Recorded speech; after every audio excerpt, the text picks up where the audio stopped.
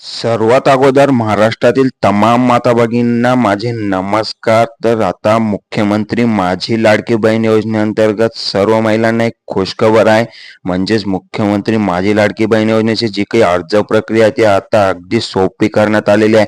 म्हणजे तुम्हाला अर्ज प्रक्रियेसाठी आता OTP ची आवश्यकता नाही. तुम्ही अगदी 5 ते 10 मिनिटात घर बसल्या तुमच्या मोबाईलवरून हा फॉर्म भरू शकता. तर हा फॉर्म तुम्ही कशा पद्धतीने भरायचा आहे विदाऊट OTP चा, याबद्दल संपूर्ण A to Z live process मी सांगणार आहे. त्यामुळे व्हिडिओ शेवटपर्यंत नक्की बघा. तत्पूर्वी चॅनलवर नवीन असाल तर चॅनलला सबस्क्राईब करून ठेवा, कारण अशाच महत्त्वपूर्ण अपडेट्स चॅनलवर भेटत राहतात. तर चला व्हिडिओ सुरू करूया. तर यासाठी सर्वात अगोदर तुम्हाला गुगलवरती मुख्यमंत्री माझी लाडकी बहीण महाराष्ट्र.gov.in अशा प्रकारची वेबसाईट सर्च करायची आहे. तर अशी वेबसाईट तुमच्या समोर ओपन होईल. त्यानंतर तुम्ही पाहू शकता ही महाराष्ट्र गव्हर्नमेंटची ऑफिशियल वेबसाईट आहे. त्यानंतर तुम्हाला जर अर्ज करायचा असेल तर या ठिकाणी 3 डॅशवर तुम्ही क्लिक करायचं आणि अर्जदार लॉग इन या ऑप्शनवर जायचं आहे. जर तुम्ही अद्यापही खातं तयार केलं नसेल, म्हणजे या ठिकाणी अकाउंट तयार केलं नसेल, तर खाते तयार करा या ऑप्शनवर क्लिक करायचं आहे.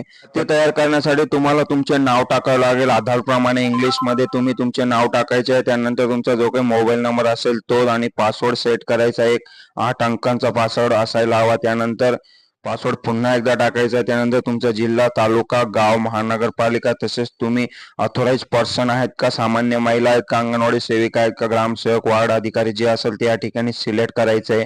आणि हा कॅप्चा जसा तसा फिल करून या ठिकाणी साइन अपच्या ठिकाणी क्लिक करायचं आहे. साइन अप केल्यानंतर तुम्ही बॅक जायचं आहे. म्हणजे या ठिकाणी तुमचा जो काही खाता आहे तो तयार झालेला आहे. आता तुम्हाला लॉग इन करायचं आहे. तुम्ही त्या ठिकाणी जो मोबाईल नंबर आणि पासवर्ड सेट केला होता तो टाकून आणि हा कॅप्चा जसा तसा फिल करून लॉग इन या ठिकाणी क्लिक करायचं आहे. लॉग इन केल्यानंतर अशा प्रकारचं इंटरफेस तुमच्या समोर ओपन होईल आणि तुम्ही मेनूच्या ठिकाणी क्लिक करायचं आहे. या ठिकाणी पाहू शकता 5 ते 6 ऑप्शन तुम्हाला दिले गेलेले आहे. सर्वात पहिला ऑप्शन आहे मुख्यमंत्री माझी लाडकी बहीण योजनेचा अर्ज.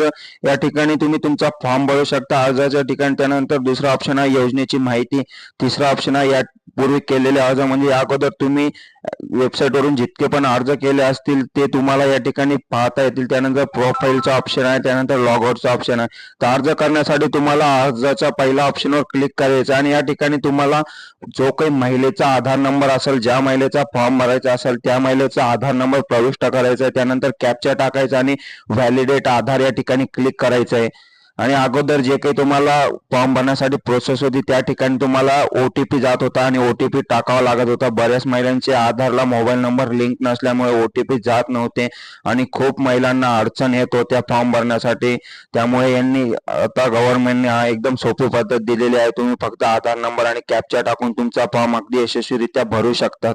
आधार नंबर तसंच कॅप्चा टाकून झाल्यावर अशा प्रकारचं तुमच्या समोर ऍप्लिकेशन फॉर्म ओपन होईल. या ठिकाणी सर्वात अगोदर तुम्हाला तुमच्या ज्या महिलेचा फॉर्म भरत असाल त्या महिलेचं नाव टाकायचं इंग्लिशमध्ये, आधार कार्ड प्रमाणे जसंच्या तसं टाकायचे.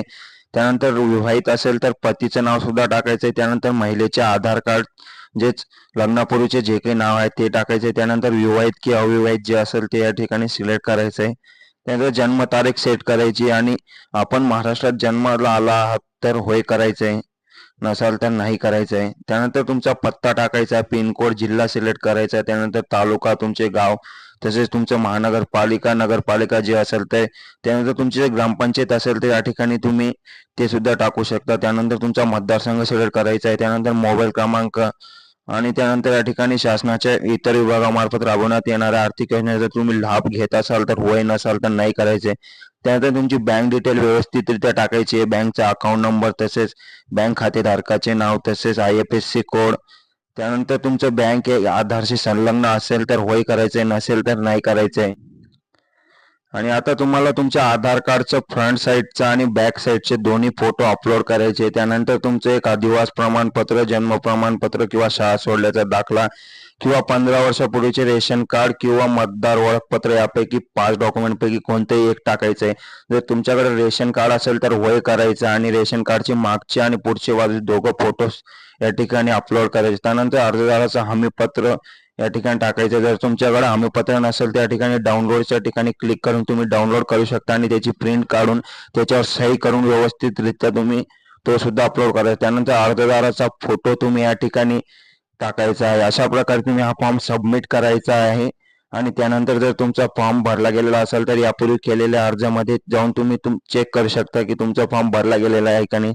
अशा प्रकारचं इंटरफेस तुमच्या समोर ओपन होतं. अशा प्रकारे तुम्ही स्वतः महिला अगदी सोप्या पद्धतीने घरबसल्या 5 ते 10 मिनिटात तुमच्या मोबाईलवरून हा फॉर्म भरू शकता. आणि जे काही नारी शक्ती दूत असेल त्यापेक्षा या ठिकाणी म्हणजेच वेबसाईटवर फॉर्म भरणे आता अगदी सोपे केलेले आहे.